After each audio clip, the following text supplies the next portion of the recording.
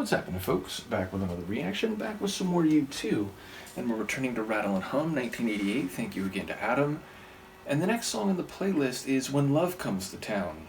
I like the phrasing. There's sort of a personification of love. There's also a poetry to the phrasing. My inclination would be to think it's about a particular person conveying or expressing or indeed embodying that love. But it could be broader than just a one-to-one interpersonal relationship. You could bring love to town and enrich or uplift a society, a culture, a community. So I feel like it could function on multiple levels.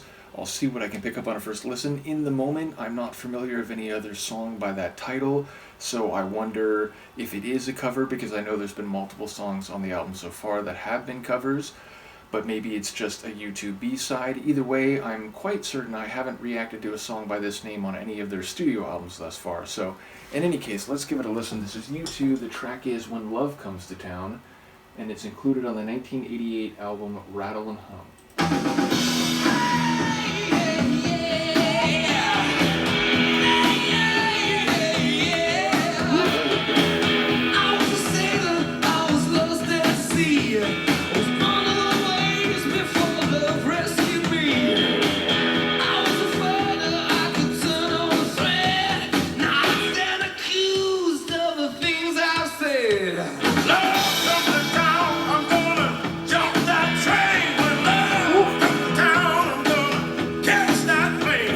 I know that voice.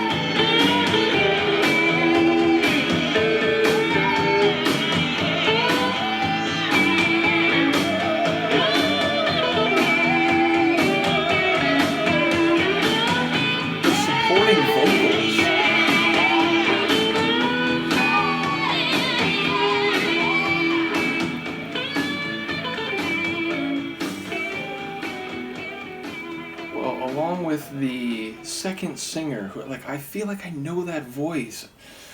Muddy Waters, like, who is that? But as he suggested, I'm just gonna get right out of town before Love gets here.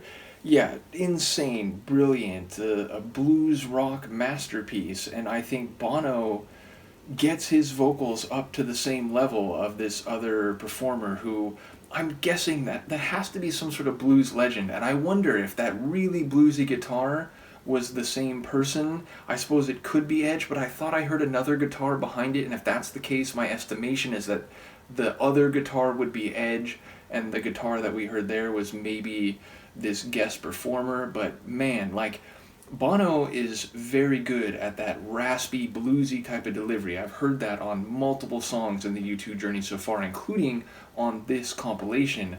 But maybe he does it more powerfully and intensely and effectively here than I've ever heard him do it before. And I feel like he had to be on that level to match the power and just the oomph of the other vocalist here, which I know when someone mentions this, and maybe someone mentioned it before and I'm just not recalling it at the moment. If that's the case, I do apologize. But I know when someone mentions it, I'd be like, oh, like, yes, of course. Because again, I do know some blues singers, and I feel like this is going to end up being someone that I am familiar with. But just a dynamite performance from him. I love the guitar work. I like the otherwise, like, relatively stripped down or simple arrangement. It's not like a big dense tune sonically. It's just, it's very like blue collar, if you will, in the sonics, which, that's good for blues, because blues, generally speaking, are about, the common man down on his luck and, not in a rich vein of form, if you will. But I like that it was sort of turned around lyrically from what I thought. The idea is that, like, when Love does get here, he's going to jump on a train, he's going to take a plane and get right out of here, and, he doesn't want to let someone down, but the reality is he said what he did, or said what he said and did what he did before Love came to town. So it's sort of like he's being transparent and honest that, like, I was looking for something, I found a connection, but, I don't want this to be a lasting thing. It reminds me of that, who is it, Dion, the Wanderer, where he's basically saying, I want these connections, I want to, have these interactions, these intimate situations, but I don't want to be tied down, and I want, if Love's coming around, then I'm going to get out of here. So it was sort of the opposite, or in the other direction I was thinking about going into the tune, but just a masterpiece. Given that we had this other performer here, I wonder whether this is his song and maybe U2, performed it with him. Again, it could be a U2 original that they just brought in someone as a guest performer, but my estimation is now more likely that this isn't a U2 original. Maybe it's like a blues standard. Either way, just a dynamite performance sonically and especially vocally. And again, I'm putting Bono on the same level as the other singer. And shout out to the, I think, backing female vocalist who really stood out at the end. There were some different layers, like supporting the sonics, that guitar solo. It really came in with some bluesy flair, and then it continued on like right near the end of the tune. So yeah, just a great performance of a really compelling blues rock tune. Let me know what you think, and I will see you next time. Peace.